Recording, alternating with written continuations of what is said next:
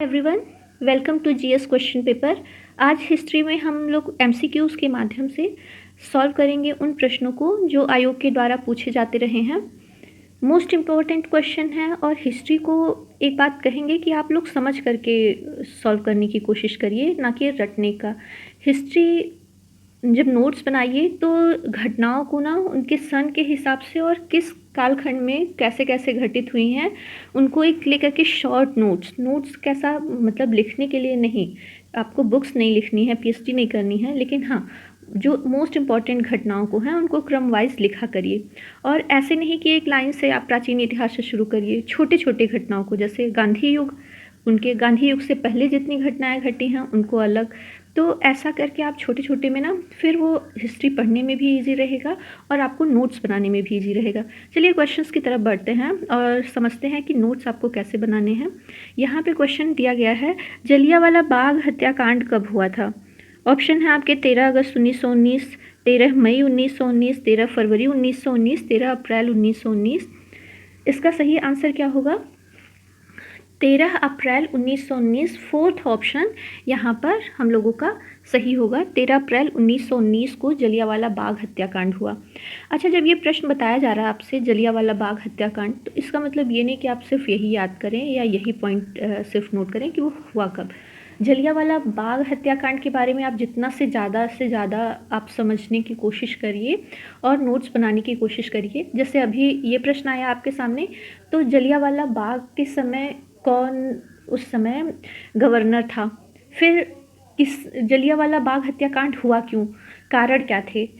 किसके लिए यह सभा हो रही थी जलियांवाला बाग हत्याकांड? ये सारे फैक्ट्स कभी ना कभी एग्जाम्स में पूछे जाते हैं, तो आप उन सबको भी नोट्स में करते रहिए। जैसे यहाँ पे मैं आपको बता दूँ, 13 अप्रैल 1919 को ही क्यों हुआ? क्योंकि बैसाखी का दिन था और पंजाब में बैसाखी हर्षोल्लास के साथ मनाया जाता है, तो इसी दिन इस सभा का भी आयोजन होता है जो कि स्वर्ण मंदिर के निकट रहता है, ये जलियांवाला बाग। यह सभा आयोजित क्यों हुआ था? तो रॉलट एक्ट के विरोध में यह सभा आयोजित हुआ था। अब एक पॉइंट आता है, रॉलट एक्ट क्या है? रॉलट एक्ट उस समय लाया गया एक ऐसा एक्ट था जिसमें प्रेस पर बिना कारण बताए प्रतिबंध लगाया जा सकता था, बिना मुकदमे के नेताओं को जेल में रख दिया जाता था, बिना वारंट के गिरफ्तार कर सकते थे। इसी को बोला गया था बिना वकील, बिना दलील, बिना अपील का यह कानून। इस कानून के तहत डॉक्टर कीचलू और सत्यपाल, इन दो नेताओं को, बड़े नेता जो उस समय पंजाब के थे, उनको पकड़ करके अंग्रेज सरकार जेल में बंद कर देती है। इस घटना से वहाँ के जो नागरिक रहते हैं बहुत ज़्यादा प्रभावित होते हैं और इस सभा में आकर के उसका अपना विरोध प्रदर्शन करते रहते हैं। किया कौन था ये? जनरल ओडायर, इन्होंने ही इस घटना को अंजाम दिया था। और यह घटना ऐसी घटना थी कि जिसने भारतीय स्वतंत्रता संग्राम पर सबसे अधिक प्रभाव डाला उस समय।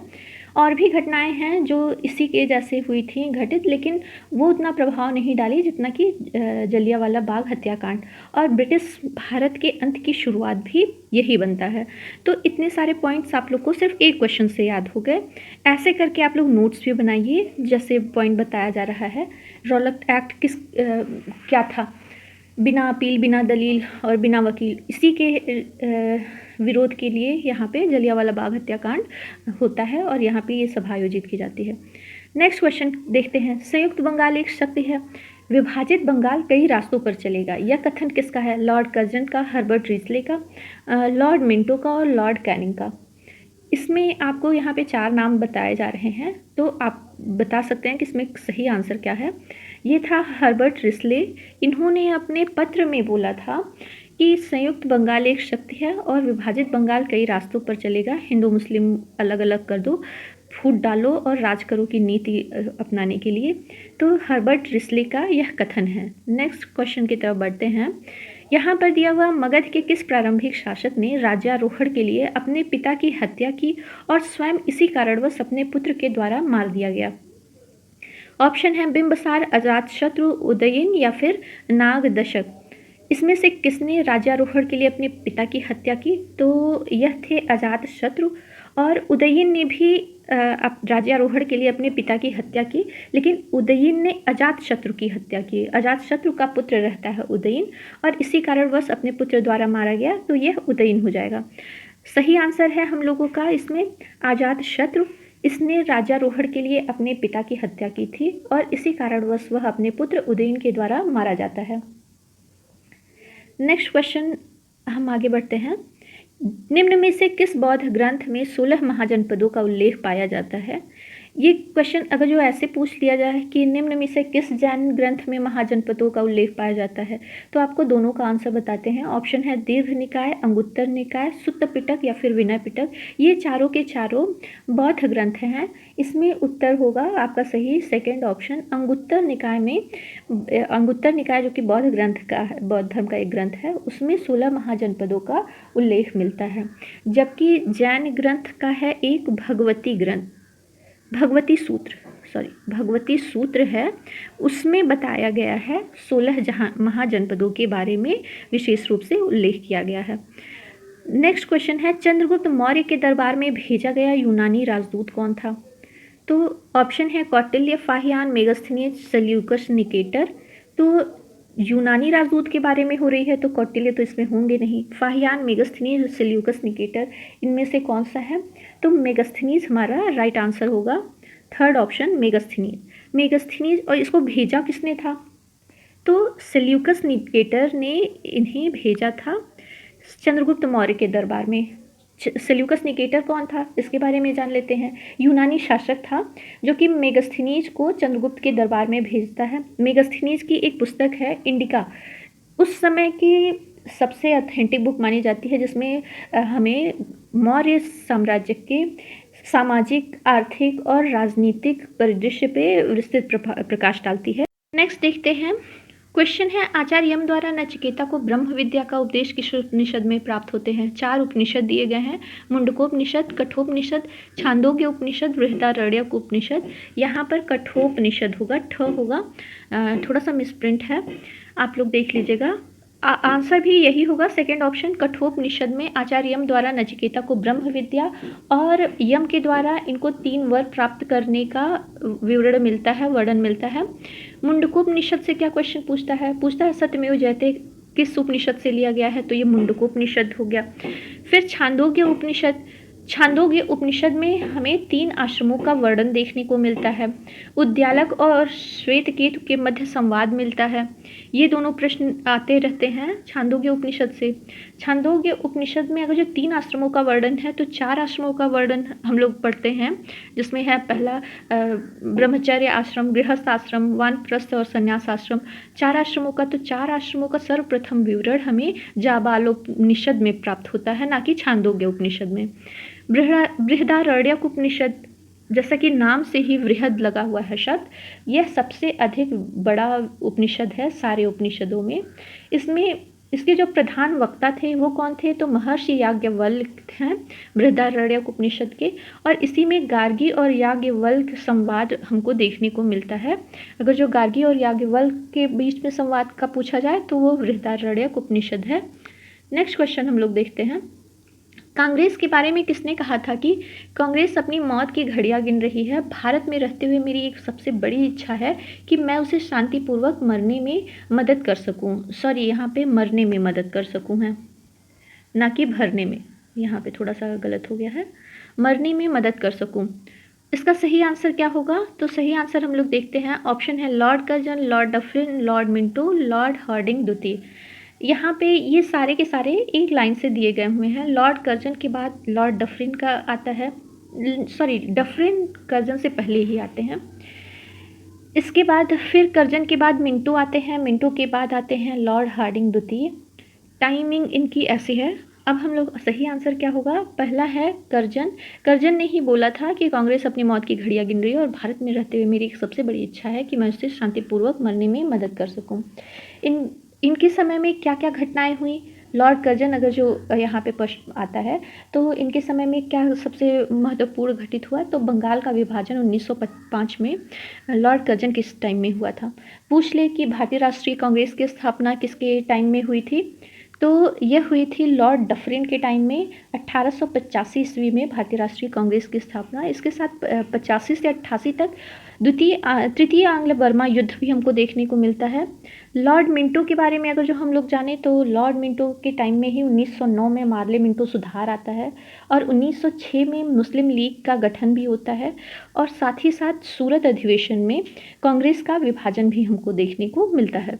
चौथा ऑप्शन अगर जो दिया है लॉर्ड हार्डिंग द्वितीय, तो इनके बारे में क्या इनके टाइम पीरियड में क्या होता है, तो लॉर्ड हार्डिंग द्वितीय हैं। इनके टाइम में 12 दिसंबर 1911 को जॉर्ज पंचम भारत में आते हैं और इन्हीं के आने के साथ ही बंगाल का विभाजन रद्द होता है लॉर्ड हार्डिंग के टाइम में और भारत की राजधानी जो है वो कलकत्ता से दिल्ली को हस्तांतरित की जाती है। तो ऐसे ही अगर जो आप लोग अपना आंसर तैयार करते रहिए, ऑप्शन दिए जाते हैं तो उन सारे के सारे ऑप्शन से कौन सी घटनाएं या कौन से बात जुड़े हुए हैं एक बार देखने की कोशिश किया करिए और अगर बता रहे हैं तो नोट भी करने की कोशिश किया करिए। भारत के किस गवर्नर जनरल का कार्यकाल कुशल अकर्मण्यता की नीति का काल कहा जाता है? 4 ऑप्शन यहाँ पे दिए गए हैं, आप लोग देखते रहिए कौन कौन से हैं वो 4 ऑप्शन। लॉर्ड एलनबरो है, लॉर्ड हार्डिंग है, लॉर्ड डलहौजी, लॉर्ड कैनिंग, कौन सा इसमें से सही आंसर होगा? तो ये है कुशल कर्मण्यता की नीति का काल कहा जाता है लॉर्ड एलनबरो। इनका कार्यकाल कब का रहा है? इनका कार्यकाल रहा है 1842 ईस्वी से 1844 ईस्वी तक, सिर्फ 2 ही साल का रहा है और इन्हीं के कार्यकाल को कुशल अकर्मण्यता की नीति का काल कहा जाता है। दूसरे पे आते हैं लॉर्ड हार्डिंग। लॉर्ड हार्डिंग का कार्यकाल 44 से लेकर के 48 तक रहता है दूसरे नंबर पे। इनके टाइम में क्या होता है, प्रथम आंग्ल सिख युद्ध हम लोगों को देखने को मिलता है और इन्होंने ही नरबली पर सर्वप्रथम प्रतिबंध लगाया था। लॉर्ड डलहौजी का टाइमिंग क्या है? 48 इनका है, तो इनके बाद 48 से हमें 56 तक इनका कार्यकाल देखने को मिलता है, 48 से 46 तक। लॉर्ड डलहौजी के टाइम में द्वितीय आंग्ल सिख युद्ध जो फेमस है ये हुआ था। फिर व्यपगत का जो सिद्धांत है या राज्य हड़प की नीति है, लॉर्ड डलहौजी ने ही प्रतिपादित किया था और इन्हीं के टाइम में 1853 में प्रथम रेलवे लाइन का निर्माण होता है और पहली बार डाक टिकटों का प्रचलन भी लॉर्ड डलहौजी करते हैं। लॉर्ड कैनिंग के बारे में अगर जो हम देखें तो इनका टाइमिंग रहा है 56 से 58 तक, 6 से 8 तक इनका टाइमिंग पीरियड रहा है कैनिंग का। कैनिंग के टाइम में ही 1857 का विद्रोह हुआ था। पूछा जाए 1857 का विद्रोह किसके टाइम पीरियड में हुआ था, तो लॉर्ड कैनिंग थे वायसराय और अंतिम गवर्नर जनरल भी थे ये और प्रथम वायसराय भी थे, वायसराय लॉर्ड कैनिंग। भारत में जब ये विद्रोह होता है 1857 का, उसके बाद विक्टोरिया को यहाँ की भारत की साम्राज्ञी घोषित कर दिया जाता है और इनको गवर्नर जनरल से वायसराय बना दिया जाता है। तो अगर जो पूछा जाए प्रथम वायसराय तो वो लॉर्ड कैनिंग थे, अंतिम गवर्नर जनरल तो वो भी लॉर्ड कैनिंग थे। नेक्स्ट देखते हैं, इस प्रकार राजा अपनी प्रजा से मुक्त हुआ तथा प्रजा अपने राजा से मुक्त हुई। बदायूनी का यह कथन कब कहा था? बदायूनी ने यह कथन कब कहा था या किसके लिए कहा था? मोहम्मद बिन तुगलक की मृत्यु पर, औरंगजेब की मृत्यु पर, हुमायूं की मृत्यु पर या फिर बलबन की मृत्यु पर? इसका सही आंसर होगा पहला ऑप्शन, मोहम्मद बिन तुगलक की मृत्यु पर बदायूनी ने यह बोला कि इस प्रकार राजा अपनी प्रजा से मुक्त हुआ तथा प्रजा अपनी राजा से मुक्त हुई। मोहम्मद बिन तुगलक के बारे में ऐसा क्यों कहा? क्योंकि उसने जो सुधार चलाए थे वो सुधार तो उसने अच्छे नियत से चलाए थे पर उससे प्रजा को बहुत ही ज़्यादा कष्ट होता है। सबसे पहला जो सुधार था उसने चलाया कि द्वार पे कर वृद्धि, उसके बाद राजधानी परिवर्तन, खुरासान कराची पे का अभियान, इन सारे अभियान या फिर तांबे के सिक्कों का प्रचलन, इन सब से किसी और को नहीं लेकिन प्रजा को सबसे ज़्यादा तकलीफ होता है। इसी के लिए बदायूनी ने बोला कि इस प्रकार राजा अपनी प्रजा से मुक्त हुआ तथा प्रजा अपनी राजा से मुक्त हुई। मैं देश की बालू से ही कांग्रेस से भी बड़ा आंदोलन खड़ा कर दूंगा, यह कथन किसका है? गांधी जी का, दयानंद सरस्वती का, बाल गंगाधर तिलक का या फिर लाला लाजपत राय का? इसमें सही आंसर क्या होगा? वेरी सिंपल है ये क्वेश्चन। गांधी जी का कथन था कि मैं देश की बालू से ही कांग्रेस से भी बड़ा आंदोलन खड़ा कर दूंगा। नेक्स्ट हम लोग देखते हैं, वेदों की ओर लौटो का नारा किसने दिया था? स्वामी विवेकानंद ने, स्वामी दयानंद सरस्वती ने, रामकृष्ण परमहंस ने या आचार्य केशव चंद्र सेन ने? तो इसमें वेदों की ओर लौटो का नारा दिया था स्वामी दयानंद सरस्वती ने। सेकेंड ऑप्शन सही होगा। दयानंद सरस्वती ने ही आर्य समाज की भी स्थापना की थी और इन्हीं की रचना है सत्यार्थ प्रकाश, दयानंद सरस्वती द्वारा लिखा हुआ है। स्वामी विवेकानंद को हम लोग अगर जो देखें तो रामकृष्ण मिशन की स्थापना 1897 में स्वामी विवेकानंद ने की थी। आचार्य केशव चंद्र सेन का अगर जो हम लोग बात करें तो केशव चंद्र सेन के प्रयास से ही मद्रास में वेद समाज की स्थापना होती है। के श्रीधरन नायडू के द्वारा, और महाराष्ट्र में प्रार्थना समाज गोविंद महादेव रानाडे और डॉक्टर आत्माराम पांडुरंग के द्वारा होता है। रामकृष्ण परमहंस स्वामी विवेकानंद के ही गुरु थे। नेक्स्ट हम लोग देखते हैं, निम्नलिखित कथनों पर विचार कीजिए। यहाँ पे कुछ कथन दिए गए हैं, उसके बारे में क्वेश्चन पूछा हुआ है। पहला है, राजा राम मोहन राय ने फारसी भाषा में मिरातुल अखबार का प्रकाशन किया। दूसरा पॉइंट है, इन्हें भारतीय राष्ट्रवाद का जनक और आधुनिक भारत के पिता कहते हैं। सी है, राजा राम मोहन राय ने 20 अगस्त 1828 को ब्रह्म समाज की स्थापना की और 1822 में राजा राम मोहन राय ने की पुस्तक हिंदू उत्तराधिकार नियम का प्रकाशन हुआ। आइए इसमें देखते हैं सही आंसर क्या होगा। क्या ए और बी सही है, या ए बी और सी तीनों सही है, या सी और डी सही है, या उपर्युक्त सभी सही हैं? इसमें सही आंसर होगा क्या? तो मिरातुल अखबार का प्रकाशन इन्होंने फारसी भाषा में किया था, ये सही है। दूसरा है, भारतीय राष्ट्रवाद का जनक और आधुनिक भारत के पिता कहा जाता है, यह भी सही है कथन। और 20 अगस्त 1828 को ब्रह्म समाज की स्थापना की थी। लेकिन क्या उन्होंने हिंदू उत्तराधिकार नियम का प्रकाशन किया था? जी हाँ, उन्होंने यह भी किया था। तो इस तरीके से देखा जाए तो डी ऑप्शन उपर्युक्त सभी सत्य हैं, ये कथन सही होगा। यहाँ पे राजा राम मोहन राय से रिलेटेड 4 पॉइंट दिए गए हैं, आप इन सभी को नोट डाउन भी कर सकते हैं, स्क्रीनशॉट भी ले सकते हैं। और भारतीय राष्ट्रवाद के जनक, फारसी भाषा में मिरातुल अखबार का प्रकाशन, ब्रह्म समाज की स्थापना और एक बुक हिंदू उत्तराधिकार नियम, इनका प्रकाशन राजा राम मोहन राय के द्वारा हुआ। आज के वीडियो में बस इतना ही। अगर मेरे वीडियो अच्छे लगे हैं तो प्लीज़ वीडियो को लाइक शेयर सब्सक्राइब किया करिए।